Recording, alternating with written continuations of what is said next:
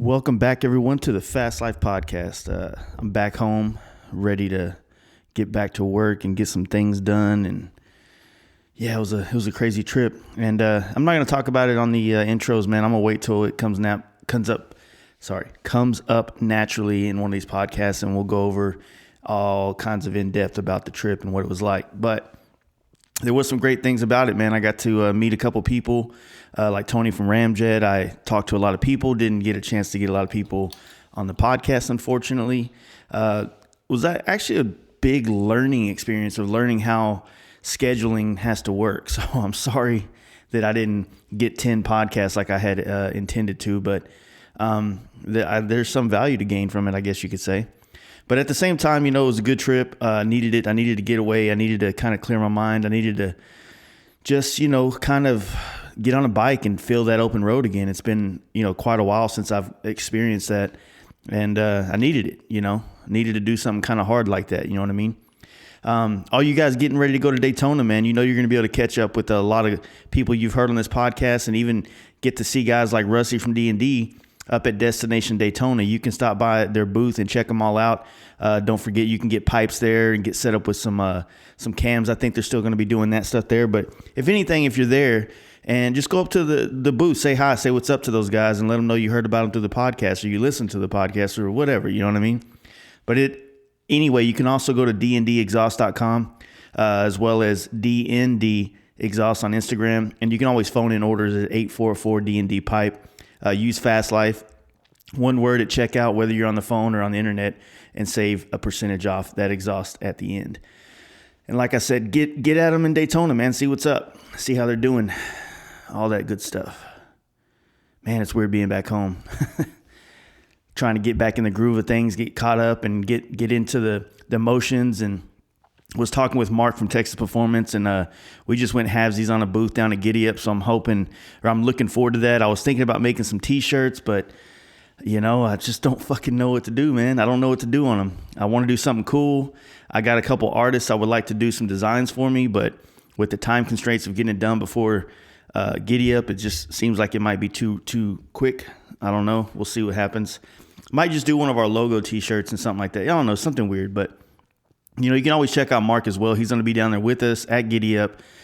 He's also down there in Austin, Texas, if you are as well, and you want to get your bike worked on, looked at, dialed in, serviced, whatever you want to do to it, he's the man. He's got it handled.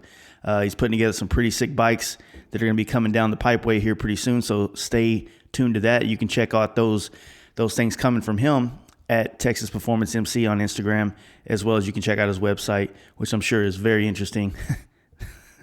Just fucking with you. TexasPerformanceMC.com. Love you, Mark. I also want to thank Paint Huffer Metal Flake and Paint Huffer Metal Flake on Instagram and PaintHuffer.com. I hope you guys enjoyed that last podcast we did with him. Brian was really kind and really helpful, and he set me up in a nice hotel so that I could rest after that long ass ride into Phoenix a week and a half ago.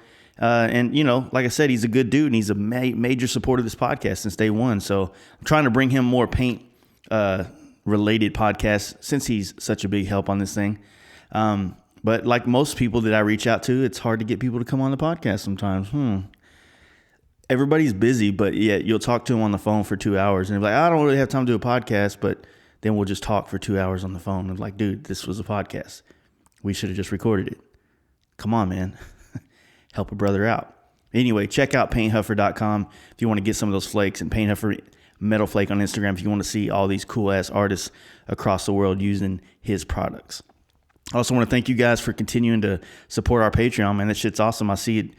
It's growing, man. I appreciate it, man. I really do. It's making things possible. It's making shit happen. I'm looking into a lot of new ideas. I want to, I'll probably end up naturally talking about on these podcasts with some of the homies when they come back on. And, we're going to keep pushing this thing to new levels and try to get some more giveaway stuff coming on, for the Patreon supporters. We're going to try to do more with the podcast. I got more guests coming on in the next month and so, there's a lot to look forward to. So I appreciate you guys sticking with it and checking it out and staying with us. And don't forget to follow us as far as me and the Fast Life Garage. You can follow us on Instagram as well as the podcast, the Fast Life Podcast on Instagram. I'm really trying to grow the following on that and try to help get this podcast into more people's faces. which will hopefully turn into more people's ears. So, help us with that. If you can, share it or just, tag it, whatever you want to call it. And everything you guys are already doing, man, is fucking awesome. So I greatly appreciate that. So in this podcast, we got Big Bear Choppers, not Choppers, Big Bear Performance. We had a high request for him, for getting Kevin on here. And I'm glad he took some time out of the day to kind of sit down and just give us a little rundown of what's going on with the Big Bear Performance these days and the type of bikes they worked on. His facility's really badass. His attention to detail with doing these suspension jobs, it's just, he has a real passion for it. And I hope it kind of comes through in this podcast. So here you go, man. Check out Big Bear Performance. Hey guys, you ready to let the dogs out? Fast Life Podcast. Kevin, welcome. How you doing, man? Oh, good. Thank you. Thank you very much. I appreciate you coming down to see us. Dude, like I was just saying, man, your shop, man, it's really awesome. Seeing all this stuff that I've been seeing on the internet for the last, couple of years now, as you've been pushing all this suspension and all the different innovations in this performance bagger, performance motorcycle movement, basically, is what it's been, right? Yeah, it's interesting how it kind of developed. I was in a motorcycle club, and right after I went bankrupt, right at the same time I was going bankrupt, and I did a lot of riding up to Oakland and back down to San Bernardino a lot, and on those trips I had an FXR, an 89 FXR that a 35-year member said, hey, listen, this is what you got to do. You got to go get this bike, and I found one for you. It's in Minnesota. I'm like, Minnesota? He's like, yeah, jump on a plane, go out there and ride that thing back, and I'll see you at church on Friday or whatever, Yeah. So I'm like, all right, cool. So I run out there and I grab this FXR. And anyway, I ended up riding this FXR. It was an 89. It was actually an actual police special. And as I was riding it in that particular year, I did 30,000 miles, and I used to sit there and just think to myself, like, what I could do to make this bike better, because it was way better than the older bikes that weren't rubber mounted, like FXEs and stuff like that, and a lot of stuff I'd been riding before that. But I knew it could be great. I knew it could be great, but I just didn't know how to make it great. I just knew I wanted to make it great, and I knew one of the first places I needed to start was suspension.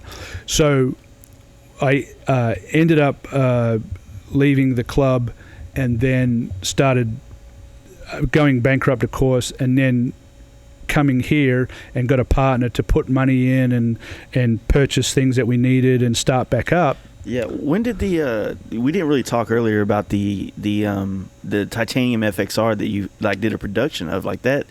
That's pretty badass in my opinion, right? Oh, thanks, dude. Yeah, I mean, how that came about was from that experience of riding, a lot of miles, like doing 800-mile days. Mm-hmm. I remember one trip I did was we left the clubhouse at 6 a.m., rode to Monterey. Did a funeral, a Hells Angels funeral, rode back to the clubhouse, and we did it in 12 hours, and that was 860 miles and a funeral. Yeah, wow. Well, that's getting part it, right? of it, yeah. Yeah, and so I love motorcycles just as much as anybody else. In fact, that's why I do what I do, because I do love motorcycles more than anything else. So once I got started in here and had the opportunity, which is one of the reasons I left what I was doing, was because I had this opportunity and I couldn't do both. So with a partner, we got started back up, and the first thing I wanted to do was do the FXR Titanium. And he's like, oh no, dude, I want you to build choppers. I'm like, dude, choppers are fucking gay. I don't want that shit.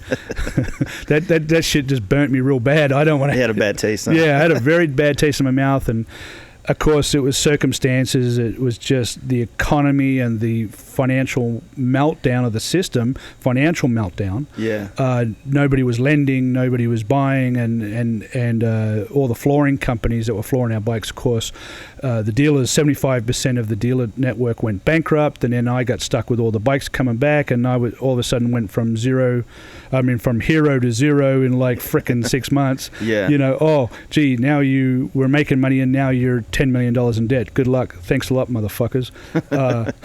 So And that all went by the way. And then, so I was like, I wanted to build a titanium. Well, I just called it the titanium, just because I wanted the bike to be bulletproof, and that's why I called it that. You know, like because those words are in that song. So I built the first one, and I was testing it, and I'd actually bought Olean's forks, the 424s, 324s, which is an old design actually. It's like 20 years old, where it's got the valves down at the bottom and the valves up the top. And I'd bought some Race Tech shocks because I was introduced to Race Tech through somebody that I met through Yoshimura. Because I actually had Yoshimura help me design our exhaust systems right out of the gate, from the gate. Okay. Because I had a contact through them.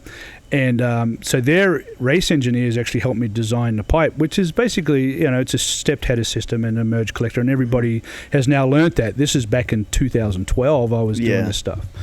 And so with all that being said, I built the first titanium, and then Jesse James gave me a call and said, "Hey, dude, that's fucking cool what you're doing. Dude, I want you to build me one of those." Yeah. So I was like, all right, fuck. I got this dude that's pretty famous calling me. I'm like, what the fuck? This is badass. So I built him a FXR, and he sent me a motor, and yeah, he really, really likes the bike. Yeah, he rides it all the time. I got a lot of friends that work down there with him, so Yeah. I don't know him personally, but yeah, I know he that's one of his favorite bikes. So Yeah, and since then, he had a Road Glide, and I did the suspension for his Road Glide, and he's put that on his bike, and so on and so on. nice. So that's how the FXR got done. This may be good while you're doing this, but he has questions. Oh yeah, hey, can you hang on one? Can you hang on one Yeah, second? we can pause it. Going. We can record it. I'll just keep Yeah. talking. He's got what he's calling a wobble at 100, and he's saying my friends are telling me about the wrong bike, but Kevin told me they told me that he wouldn't be able to fix it. So ask him if he's okay with being recorded, though. Hey, this is Kevin. Good. How you doing? Put him on speakerphone.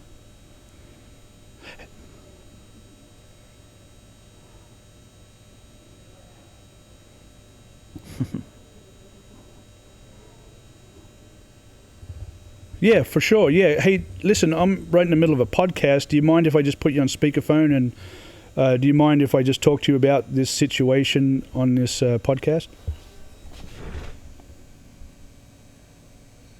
All right, hang on a sec.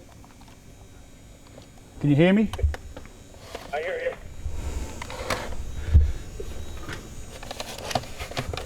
All right, so tell me what's going on with this thing. Somewhere between about 95 and above, I get a little wobble in my street glide. So I've changed out the suspension. I've aligned things as best as I could and fine-tuned things as best as I could, as well as talking to several other shops. And everybody keeps telling me that it's just the street glide wobble because the fairings on the handlebars. I kind of refuse to believe this, but Yeah, that's you're on track. Like you got the right idea. It's not because it's a street glide. Yes, a street glide will.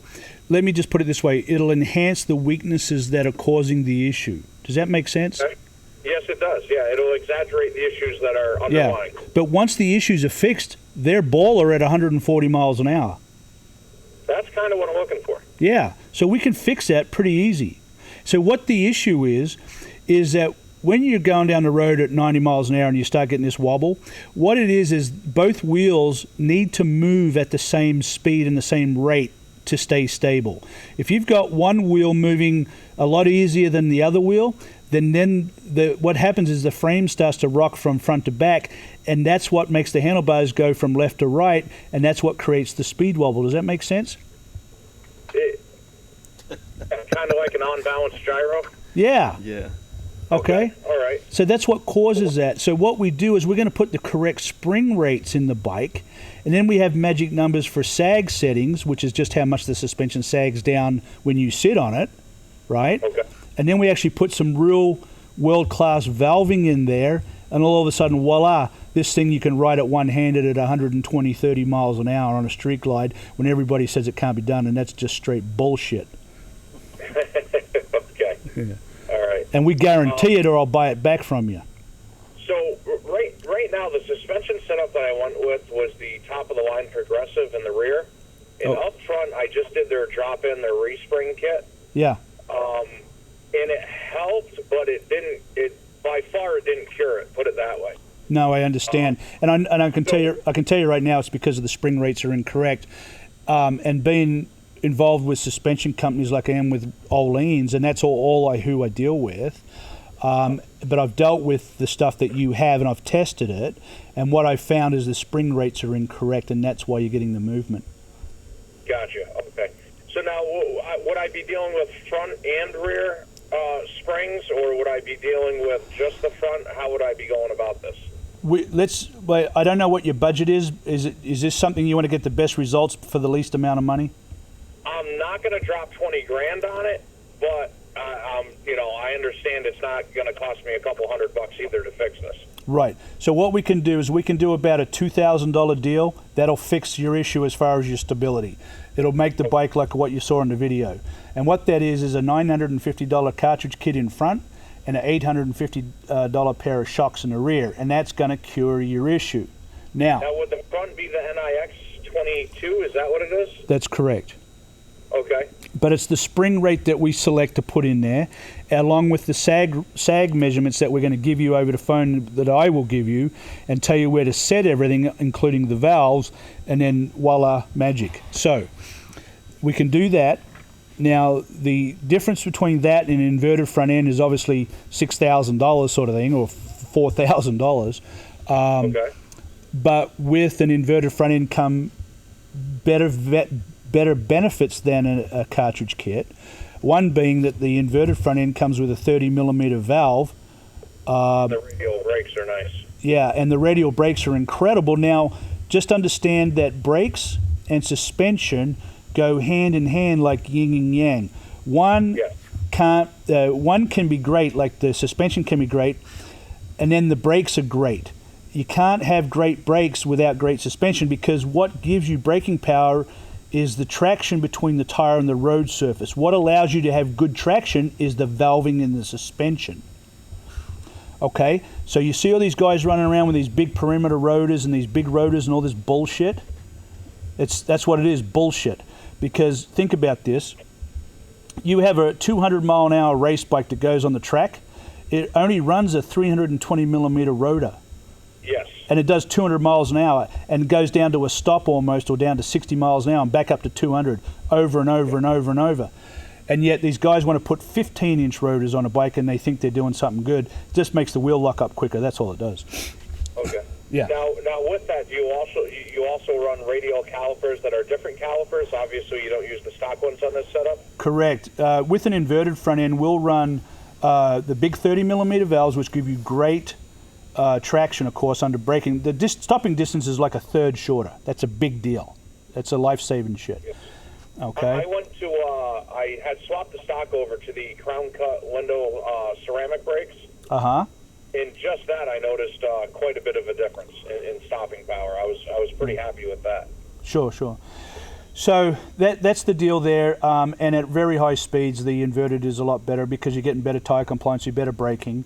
The springs that are used in an inverted front end are no different than the springs that are used in a cartridge kit. The cartridge kit has a 22mm valve, hence the word NIX 22.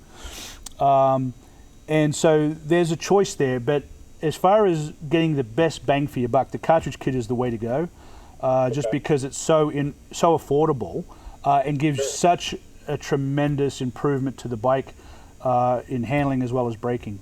But again, like I said, you can't beat the inverted front end for overall performance at the end of the day.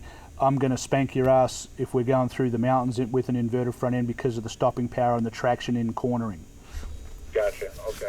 Now, you also mentioned that the rear was a swap out to the suspension in the rear also. Yeah, I mean, there's a dividing piston shock, which I like to push because it's only $850, and they work, it's still a gas charge. Okay. And they work every bit as good as those fancy remote reservoir shocks that cost $1,400, you dig?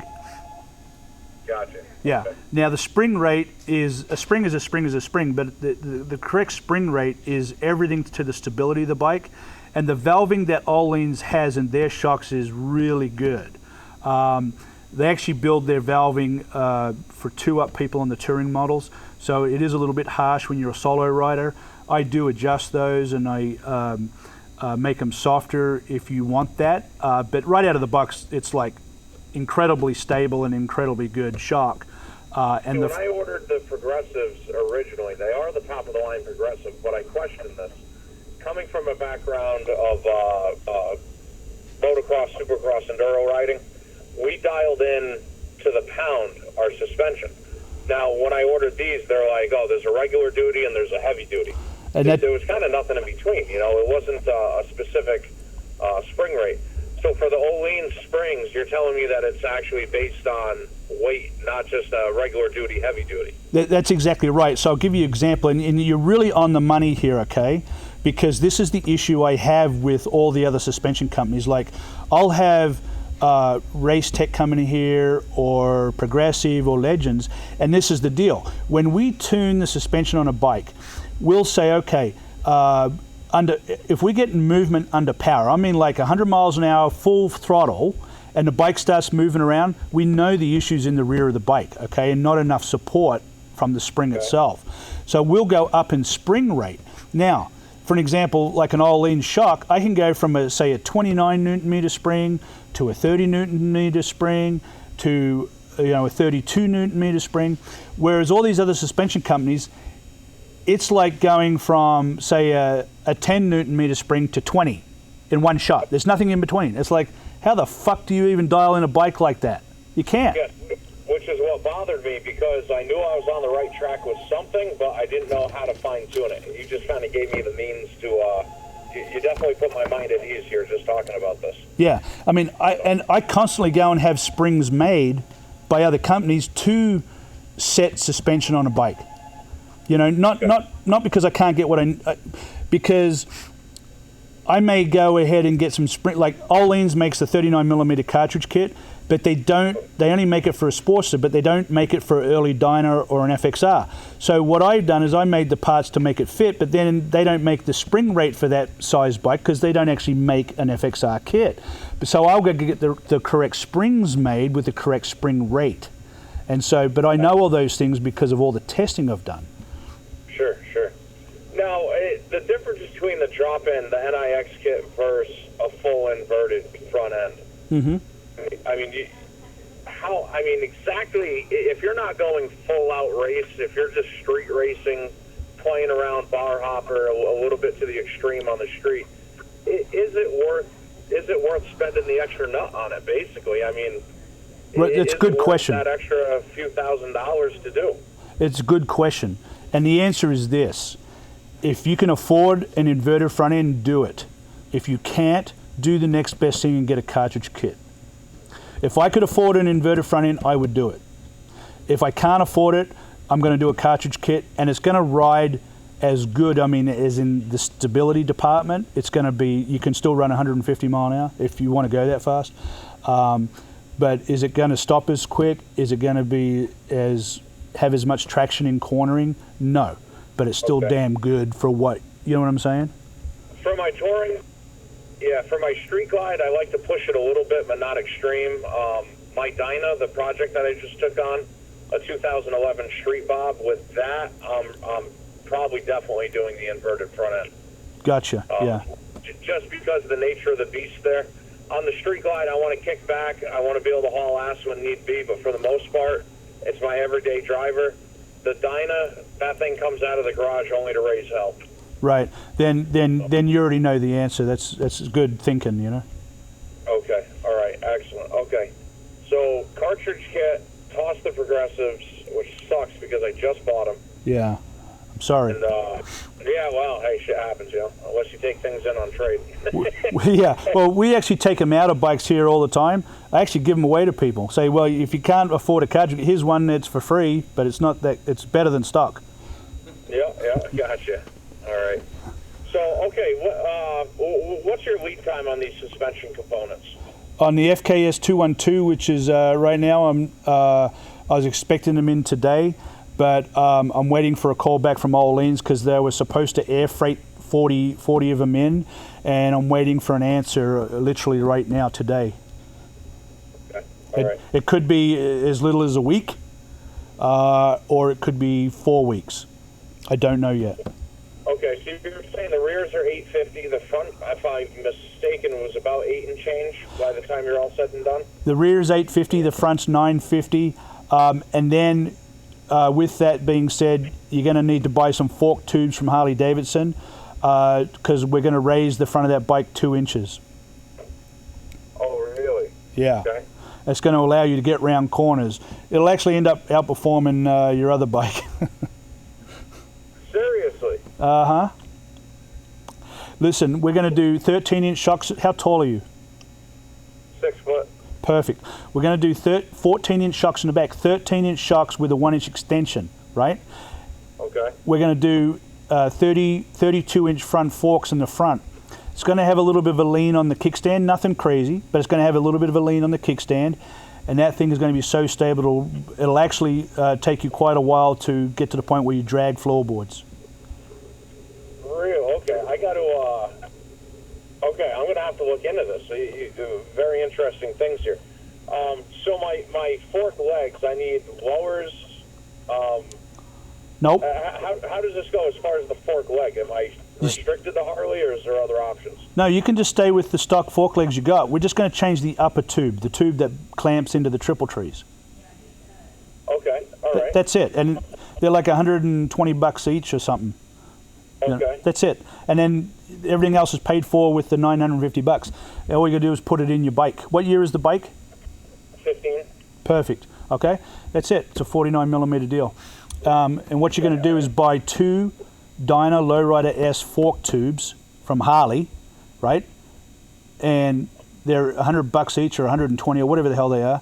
And you're going to you can go get those yourself, and I'll sell you everything else you need. You're going to put it on your bike, set it up. You're going to call me, and I'm going to tell you how to set it up, and then you're going to be all smiles. Okay. Do I have to extend anything as far as brakes are concerned? Anything No. like that? Nope. Nothing. Okay. No. Alrighty. Yeah. Okay. Let me mull this over. So total, we're looking at about 2,300, let's say, by the time incidentals are done. 850 plus the 950 plus, call it 300. $2,100. Okay. All right. Let me. And you're just saying totally different handle and bike. No, dude, I guarantee it. I'll buy all that shit back. Okay. all I'm right. serious. I'm not joking. I mean, I do this. I've got 30 of these kits sitting in front of me trying to ship out. Okay. And they're not buying them because Let me, they think they're good. They're buying them because they've talked to people that have it. Sure. Now, any of the fork tubes, is it possible to swap those out to gold? You know, that Olean's Absolute. gold Yes. The answer is yes. And then you can buy 2-inch longer fork covers, or you can leave the fork covers off and expose those gold fork tubes. And how much are you talking for the Olean's gold fork tubes? I think Cycle Engineering sells them in drag specialties, and I think they're around $550 somewhere in there. All right, not crazy then. Okay. Yeah. All right, let me figure this out, and we're going to go from there. Sounds good, bro. Thank you very much. You bet. Talk to you soon. So there you have it. That's what I do all day long. I talk to customers. I really enjoy talking to them because I can give them good information. I give them good information because I have it and I love to pass it on. Yeah. Because it just makes me feel good to help people and to help them. And don't get me wrong, I certainly wasn't trying to talk down on anybody else's product, but I know the flaws in the other product and I know why it's not working. And it was a good point brought up because they really do only offer 2 spring rates, extra duty and normal. You know, it's just not the way it is. Yeah. It's like offering 2 size shoes for everybody. It's like, fucking what? Yeah. So yeah, before we had that phone call, we were kind of talking about the FXR and when Jesse James had bought that one and you had redid his bagger suspension. And yeah. So and Jesse really appreciates stuff because Jesse's at the end of the day, you can think about Jesse James whatever you want to think about, but at the end of the day, Jesse James loves motorcycles and is very, very passionate about them, just like I am. So we really click when it comes to this stuff. You know what I mean? And that's all there is to it. There's nothing more than that. And because everybody in the whole world is different from each other, but we all have one thing in common if you're in the motorcycle business, is that we love motorcycles. Yeah. End of story. Yeah, and that's what we were talking about earlier when we were talking about all the behind-the-scenes industry shit that was circumstantial with the industry crash. But it really is just the fact that we all just like to jump on bikes and ride them, and that's what brought us all to this point of building these businesses up and stuff. You know what I mean? Yeah, absolutely. It's the only reason I'm in business, because I love motorcycles. It's not because I plan on getting rich and living in an ivory tower. If I can tell you that. For sure. Hey, honey, this is Chad. He's gonna be bringing his tools in. Hey, Chad. Nice to meet you, bro. Yeah. Yeah. Could you? Yeah. Oh, yeah. Thanks. Yeah. I'll get with you in a bit.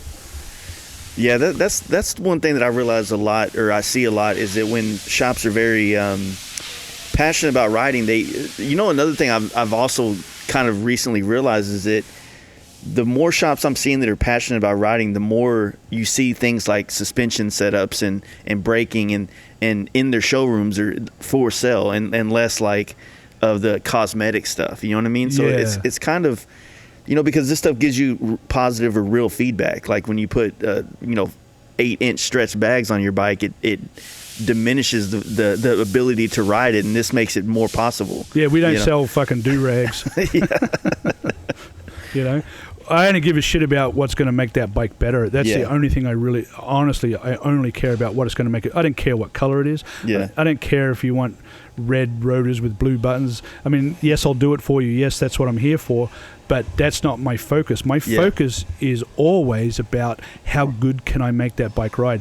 Because even though the guy may want to have those red rotors and blue buttons because it makes him feel good when he's sitting there looking at his bike, and I get that, and I am respectful of that, but by the same token, I want him to get on that bike and like pee on himself how good it is, and that he can jet down the road at any speed, split a car at 110 mile an hour, and not feel like he's going to die or have it, get the dyno wobbles, So. Well, that's also cool. And you had said something earlier about how, hell, being right here close to the mountain and shit, you got some pretty nice roads you can go test these bikes on pretty regularly. But, you had mentioned like, learning all the suspension, like diving into that whole world of understanding all this stuff. You had a great analogy that was like learning how to play an instrument. You know what I mean? Yeah. I thought that was really cool. Yeah. Well, learning how to work on suspension, how to diagnose it, and to figure out what's needed where it's needed is like learning to play music, because it's very complex, because there's so many things that affect, like spring rate and sag measurements and valving and neck bearings and tire balancing and selection of tires and sidewall ratings and that type of thing. All that shit affects the handling of the bike, including the knucklehead sitting on it. You know what I'm saying? And how much horsepower he's got and that type of thing. So with that being said, it was learning how to play music. And what happened when I did that first bike, I went to a prominent suspension company and said, hey, this thing handles like shit, what can I do? And they, oh, yeah, we'll fix it, blah, blah, blah, blah, blah.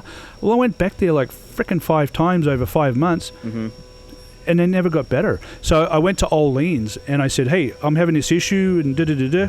And they actually sent me like a geometry sheet and said, well, do this geometry sheet. And then I sent the suspension in that'd been done from somebody else to them, and they said, well, we dyno tested it, and it's cavitating, and this is happening, and that's happening. So they redid everything and sent it back to me. Bike was beautiful. I was like, fuck me. Yeah. This is who I'm using, because the people I'd been using or trying to use or trying to figure it out was straight bullshit. Yeah. They were just running around in fucking circles. And I was like, what the fuck, man? Like, this ain't cool. Like, if I was, like, I'm in business, so I was, like, trying to figure it out so I could, be a business, make a business out of it. Or build a bike, build the titanium, which is what my original plan was. And then after I got into the suspension and figured out what was wrong and figured out how to do it, and it took me time, believe you me. It took me 5 years to actually get a grip and to actually understand suspension. It took me 5 years of, breaking eggs to be able to finally make omelets. Yeah. And I had track tuners that were teaching me while I was going through that process. And when I finally got it, and it feels really good, because that's the part where like the analogy of playing music. And now I'm singing songs, sort of thing. Right? And it's a really good feeling, and I love to pass that knowledge on to the customers and help them and actually really truly fix their issues, and they are so appreciative of that. And that, dude, I'd do it for fucking free if I didn't have to pay rent. You know what I'm saying? Yeah. For real. That I feel the same way about a lot of stuff we do. You know what I mean? Just you love being in love with doing this type of work, or just being in the industry is good fun a lot. it does get drained sometimes dealing with the things that you have to make money for, like the rent, the bills, the this, the that. Well, yeah, that's just part of it. But, for sure. At the end of the day, it just feels so good to help people. And the only time it becomes frustrating when somebody doesn't want to listen to you or believe you, and then I don't harp on it. I just like, okay, whatever. Yeah. You pretty much can't change their mind anyway. Yeah. But yeah, what do you think about the baggers themselves, like especially the newer ones? Would you say, that they out of the box handle better than the FXRs, or what do you think is a better platform? To be honest, I like the baggers a lot. Mm-hmm. I don't care if it's an 05 bagger or a 2019. Yeah. When I do my thing to them, I mean, there's a 2005 over there that's going to. That thing's fucking awesome too. Yeah, that's going to run 160 plus miles. 100. What was it? SNS 143. Was that B2 heads in there or B3 heads in there? Yeah. So that's the one. That's a 160 horsepower motor, 160 foot-pounds of torque with a Baker tranny, and it's got the gearing. It's chain drive. It will absolutely run 160 miles an hour. Will it do 170? Hey, going downhill, flap them arms, maybe if you could flap your arms at that speed, but it will be stable and it will run that fast. And that's an 05 chassis, and everybody talks about the 05 chassis and the 2019 chassis. That's bullshit. The chassis are identical as far as their geometry. What the difference is Harley's upgraded their suspension slightly. Yeah. Because there's about a $10 bill of material in their suspension. Yeah. And when you pull their suspension apart, it's like, really? That's all that's in here? Mm-hmm. Okay. No wonder we got problems here, Houston, Yeah. So that's all it is. It's the main issues of all the handling issues, whether it be a dyno, whether it be a bagger, whether it be an early bagger, a late bagger, or whatever it is, it's 99% of the time it's in the suspension. Yeah. Yes, I've seen wrong tires put on with the wrong load ratings, and that. I mean, I had that bike see that bike over there. That's like a 160 mile an hour bike. He put new tires on it because I did that like a year ago. He wore the tires. He put new tires on it, and he couldn't go over 80 miles an hour. Serious? Oh yeah, I could do 120 in a straight line. As soon as I put it in a corner, it was going to kill me, right? Yeah. And it ended up being the tires. And So what tires have you found that you personally like the best? The stock. And I'll tell you why, because the engineers at Harley-Davidson, yes, their suspension's crap, but listen, those engineers are engineers for a reason. They're very, very smart. They know what they're doing. Yeah. It's the bean counters that fuck them up. Okay, they get in there and say, "Oh, we can't put that suspension on. We got to That's too shave much this out." money." Yeah. Right. So they do the best they can. Their geometry is outstanding. Their tire selection is outstanding. The Dunlops got the correct load rating on them for the sidewall stiffness and that type of thing. You get into an Avon or you get into some of these other brands, not good at all. You will have death wobbles and everything else could be perfect. No. I know this because I did it. Yeah. Yeah, and we tried it. Like Joe here is a tech, right? He went out and bought a brand new set of, I forget the name. It wasn't Bridgestone, but some other brand. And his bike on worn out tires was baller. It had some wobbles because the tire was like dead flat and no tread left on it on the back wheel. But before that, I mean, when we did the bike, it rides perfect. Yeah. So he went and bought some new tires, and the bike rode worse than when he had his bold tires on it. So he took those back and then went and got Commander 2s, and the bike's back to being perfect. And so that's what I run the Commander 2s on a lot of what we have. The Metzler Commander 2s was a great tire. It's a Michelin Commander 2s. The Michelin Commander 2s. The Dunlops are the tires that come on stock Harleys are baller. Yeah. And those are the tires I would run on the bike. Mm-hmm. Okay? Because those engineers have done testing to figure out what's going to make that bike the most stable it can be with the tire available in the marketplace. Yeah. Believe you me, they do that. Yeah. Yeah, that's I'm finding like I was telling you when I got here, man, like this whole year is about trying, for me at least, it's trying to push myself, ability wise in the corners and find a way to get through it faster and just learn that. And part of that's on this bagger, and finding a way to, as I get better and outride each level of suspension I do. But hell, just sitting here, it's like I'm kind of leaning towards just doing that drop-in kit you were talking about.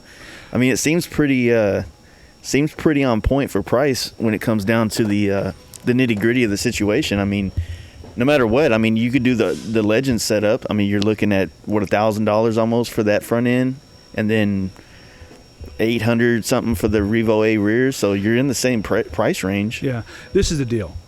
If you can get a suspension company to tell you that if you buy their suspension, then if you're not satisfied, you can send it back for 100% money back guarantee. Yeah. See how many are doing that out there, because that's what I do. If you're not happy with your suspension, dude, send it back. I'll buy it back from you 100%. Yeah. 100%.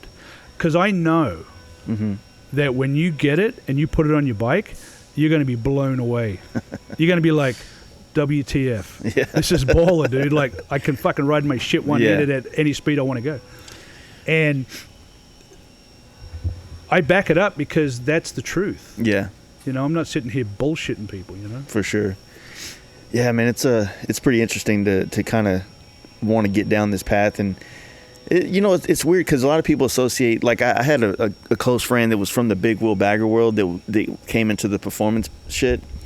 And when he was building the bike, this dude has the money. He could drop the money on the Öhlins front end like that, right? He did BSTs, he did all this other stuff. And I was like, man, like, why'd you not do this? He goes, man, I just don't see a value in that, is what he said. Yeah. And I was like, man, like, I guess when you're coming from big wheels and you're not really pushing the bike, you're just doing it for the aesthetics of the look. You're just trying to put a bike out there. Like we had said earlier, like a set of bars, a fucking short exhaust, a Lucky Dave seat, pretty much my setup right now. And everybody's saying that's performance bagger, but what we've all kind of talked in this in the podcast scene is like performance bagger is really just suspension and brakes is what makes up the gist of what that bagger is.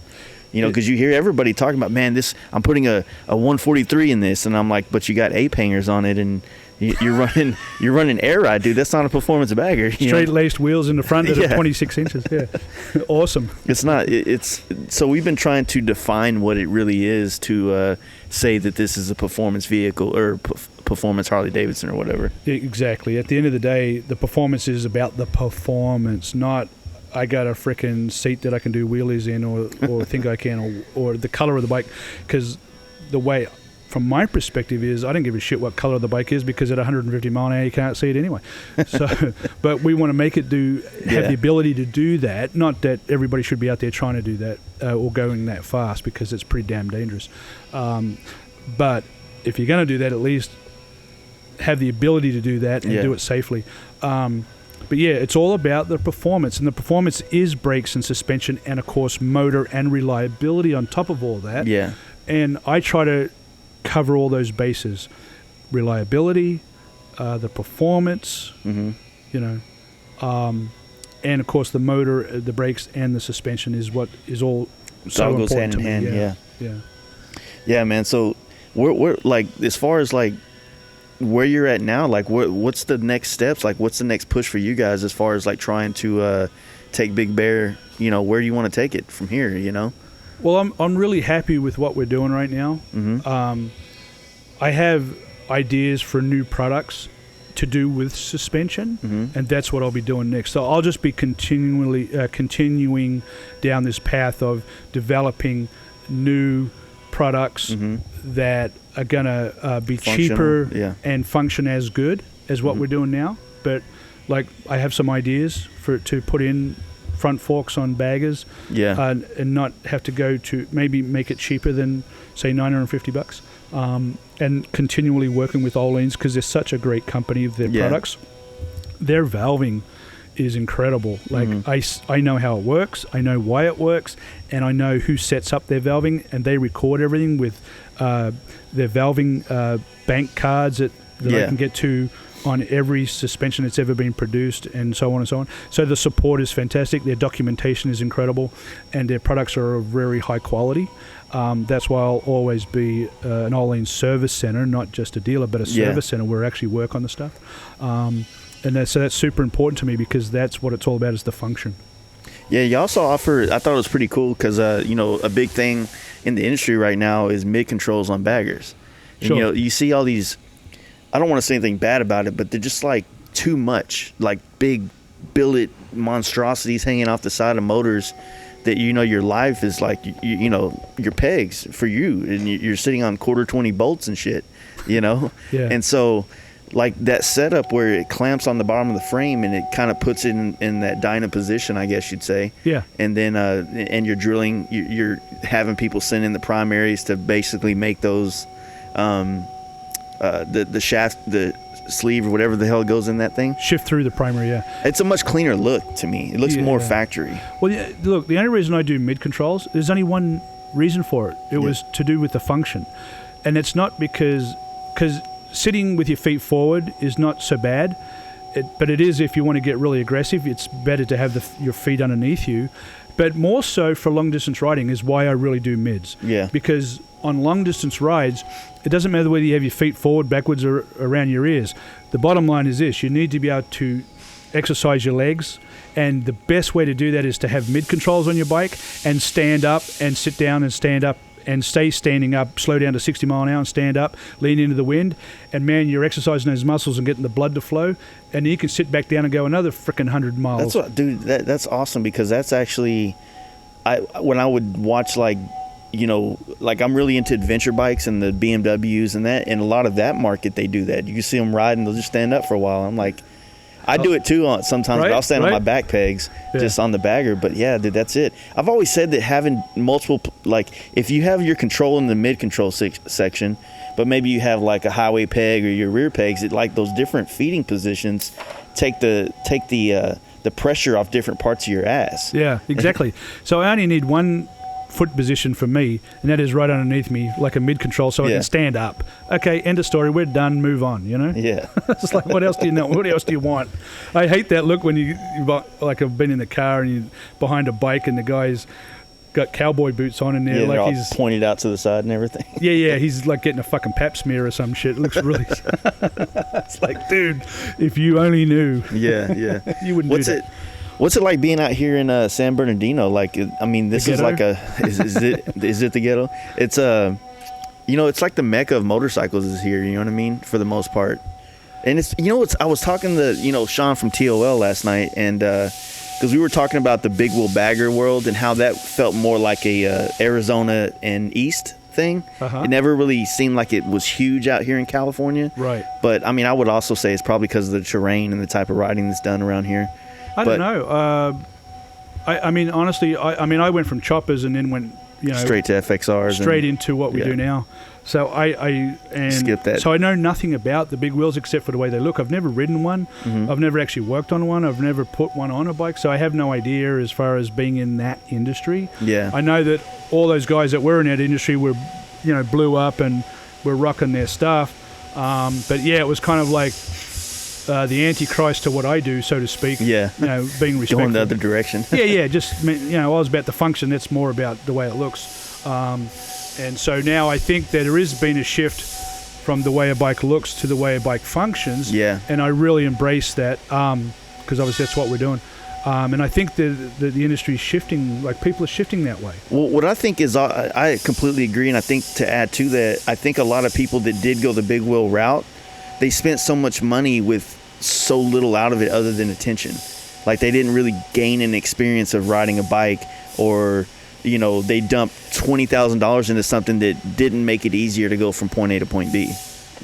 Right, exactly. And they've enjoyed going to the party, so to speak, or being at the party with their bike and the way it looks and it's cool, and then they dump it down the ground.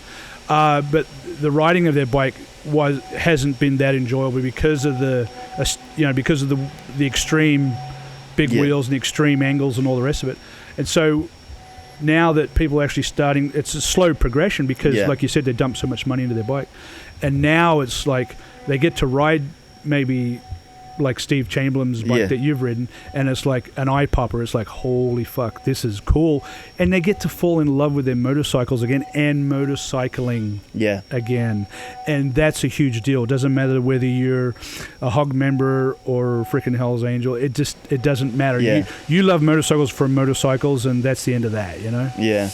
That's a good point, man. It is, like I said, it is getting back to that. And, especially right now, like I even see a lot of the Dyna kids and the Dyna guys just in general. I was a Dyna guy a couple months ago, but they're all like the Bagger, the Road Glide especially is like the bike that everybody wants. It's the king bike now. That with some like a front end and some fucking wheels, and that's it. That's the ticket. Well, there's a Road King over there with an FXRT fairing on. Yeah. But I mean, a Road King or a Street Glide. A Street Glide can be baller too. I got videos of it on my Instagram. I got a buddy right now out of Omaha. I think that he was looking. I think he was talking with you about doing a Olin's front end on his 18 Street Glide. Good friend of mine. Yeah. So, and I think that you and Kraus are the only ones that make the front ends for the Street Glides, right? Yeah. I mean, as far as the trees and everything to fit in there. Yeah, like inverted stuff. I mean, I think there's a couple of other companies that are starting to come into it, but they're just sort of beginning. But yeah, like we've been doing it now for quite a few years, so our product is really maturing. Yeah. My knowledge has become really good, and I say that in every way, trying to be humble. Is that my knowledge on that is really, really good. Yeah. And I've pushed the envelope as much as I can. And so the product's really matured. And so a lot of these newer guys their product's got to mature yet, you know? What I felt like, I wasn't aware that there was many options for inverted front ends on the Street Glides and stuff. So I was seeing more people go the Road King route if they wanted to get into a bagger on the cheap. But then, the Road Glide seemed like the pinnacle bike to pick up and be able to have a fairing and the travel aspect as well as the performance aspect as well. Yeah. Yeah. Yeah. So, but yeah, the Road King is where it's at. I mean, like I said, we have Adam in Texas is building a Road King. He's got a full FXRT fairing on it. It's doing a full. Oh, cool. So this is what I'm building here. Yeah, Except this is old. Yeah, his is new. Yeah. Yeah. So his he had just picked up a Road King a couple months back, and he did your full front end and rear. You did the mid controls on his bike, and it's just sitting there getting built, man. It looks sick as hell. Oh, he hasn't ridden it yet? No, it's still building it, getting it ready for this year. So yeah, cool. It's gonna be badass when it's all said and done. The fun's yet to begin for him. Yeah, dude. Fucking jealous. Well, yeah, man. So shit, dude. We'll start wrapping this up. So pretty much just gonna keep trying to grow on the parts line that you have and stuff like that. Are y'all going out to any events this year? Any kind of shows, Sturgis, any of that shit? Or I think I'm going to go to Sturgis. Dale from MJK's invited me out to go into the performance show out that he's doing out there or he's part of. Mm-hmm. So I look forward to doing that. I think I'm going to take 2 bikes out there. One of them being that one over there, that Road King Road Glide. What is it? What is that bike? The Road King. It's a Road King. I'm building it, but I don't even know what it is. The Road King with the FXRT fairing on it. Yeah. There you go. It's just a bagger frame to me. Yeah. But anyway, so I'll be taking that, and I've got my own 2018 Road Glide that's basically just a frame and a motor right now, and I've got to try to have it done. Yeah, try to have it done right.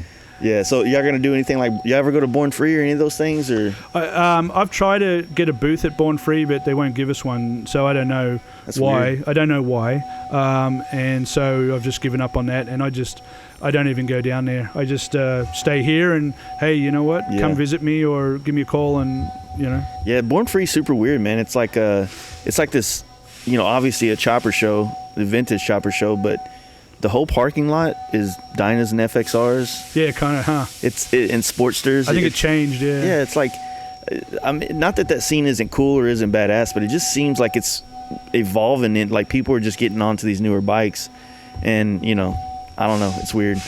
But yeah. Well, it's the vibe down here, I guess, has changed, but it's funny about shows, and I've really backed away from doing shows or anything, only because social media is so strong now with Instagram and Facebook and all that. Yeah. And everybody's on it.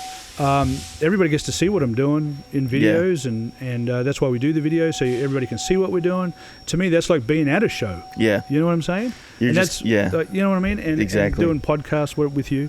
I think it's great. And but every now and then you got to get out there and stretch your legs a little show bit. your face. I mean, I still would like to go to Sturgis because I love going to Sturgis.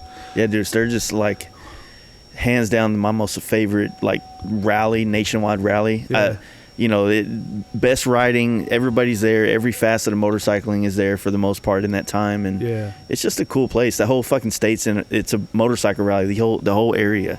You know, Yeah. It's like you go to Arizona Bike Week, which is a pretty cool rally, but it's like it's only a rally in like a little spot, and then the rest of this town is like business as usual. Yeah. So you feel like you're in everybody's way out there trying to vacation and party it up on a bike. Yeah, I just love the big sky country out there and the riding. It's fantastic. I mean, in '09, I come around a corner and there was a deer in the middle of the road, and ended up locking up the back. It was on a stock Harley back then, and locked up the back wheel like instantly, no ABS, and the bike went down, and at 100 miles an hour, I had a full face helmet on. I slid 300 feet, lost a shit ton of skin, tattoo removal business, Yeah. I was like, right there, see all that shit? Damn. Yeah. And then the next time I went there was 2013, I think, but to see Jesse and Jesse James and give him that titanium. But yeah, I love it out there. Yeah, I remember that. Yeah. So that's why I'm looking forward to going out there to see Dale at MJK and the other people that are involved in the show, performance bagger industry. It's kind of cool, and I'm just trying to be a cool motherfucker and do my shit right. You know what I mean? Without getting in anybody's way. I think we're all trying to be cool. Yeah. We're just a bunch of nerds with motorcycles. Yeah, that's it. Well, all right, man. What's the website? What's the Instagram, so everybody can check you out if they aren't already? The website is bigbearperformance.com, and Instagram is under Big Bear Choppers still. Do y'all do much on Facebook And Big Bear Performance on Facebook, or Big Bear Choppers. Yeah, Big Bear Performance, I think. Yeah, cool. And we don't have anything to do with choppers anymore. I don't even have a part here for a chopper, to be honest with you. It's like people call it, hey, can I get a gas cap? Oh, sorry, dude. And then, bad taste. I mean, but we also literally don't have anything here or anything to do with that except a couple of pictures, of the stuff that I've done. Just the past, yeah. Yeah, just the past. Well, that's cool, man. I think it's cool, evolving in the evolution of this company and seeing what you're doing now and how you're, for the most part, literally, one of the forefront guys in this pushing this industry or this performance industry. You know what I mean? Especially in the bagger market. You know what I mean? Well, I had to come up with something new, right? Yeah. But it's. Life can be really hard, and I wouldn't blame anybody for not wanting to stand back up. Yeah, after what I went through, but I didn't really have much of a choice. It was either that or go flip burgers, and I'm like, God, I can't do that, man. I love what I do, and I got to stay in it. So I stayed in it, and hey, everybody falls down, but you know what? It's all about how you stand back up. Yeah, for sure. Well, all right, man. Well, I thank you for, taking it. I know you got a full production shop going on here, so I appreciate you taking the time here to talk. So, you bet, bro. Thanks, man. It was great that you came out here from Vegas and braved all these liberal bastards out here. Yeah, I had to dodge them, man. They were fucking everywhere. They wouldn't let me bring my gun in the border from Texas. We shoot everybody out there. All right, buddy. Damn right. We'll talk to you later. Okay, bye. Hope you guys enjoyed that. I know it was a short podcast, and like I was saying, I learned a lot of things about this trip, about like my free time coming into these podcasts, and the free time that some of these guys, especially like Kevin, and even when we stopped in a Ramjet and talked with Tony, these guys are running businesses. So it's almost like you got to set up these, to get these real deep, long, intimate conversations that I know that we all love about podcasts. It's just more time, and it's a different way of scheduling things. So I'm learning that through this process or whatever. But I hope you guys did enjoy at least some of what you got from Kevin at Big Bear, and hope you guys got a little insight of what they're about, what they've been through, and where they're trying to go with everything. So also don't forget to check out our boys at D&D Exhaust. You can go to their dndexhaust.com. D&D Exhaust on Instagram is also 844 D&D Pipe if you'd like to order a pipe. And don't forget to check them out at Destination Daytona this coming week and a half or 2 weeks of Daytona. So check them out. Say what's up. I think they got a margarita machine and the shit's on point, so go check them out. I also want to thank Mark at Texas Performance MC for continuing to support us and keeping my bike on the road and keeping me just, mechanically set. So thank you, Mark. Check him out at texasperformancemc.com as well as on Instagram. And for my dude Brian at Paint Huffer Metal Flake on Instagram at painthuffer.com. Check those guys out. Check us out at the Fast Life Podcast on Instagram. And also, if you go to our website, thefastlifegarage.com, it's just fastlifegarage.com. So, sorry, I'm getting ahead of myself here, but you can check out our Patreon, which is on the front page, and you can donate $1 a month. Man, that's all it really takes. You know what I mean? To help build this support system that we need to operate this podcast and do the things that we want to do with it. And for all of you that have been reaching out and donating money and becoming a monthly sponsor technically for these podcasts, I appreciate it, man. It's really making it possible to do more with it. And I hope that you're going to see and feel it in these podcasts in the months to come. So thank you guys. Continue to do it for us. If you don't, just, share it. If you like them, let other people know about it. Rate them on Instagram. Rate it on iTunes or whatever you do, just it helps out, man. It really does. So you guys have a good week, and we got some more coming for you. So check it out.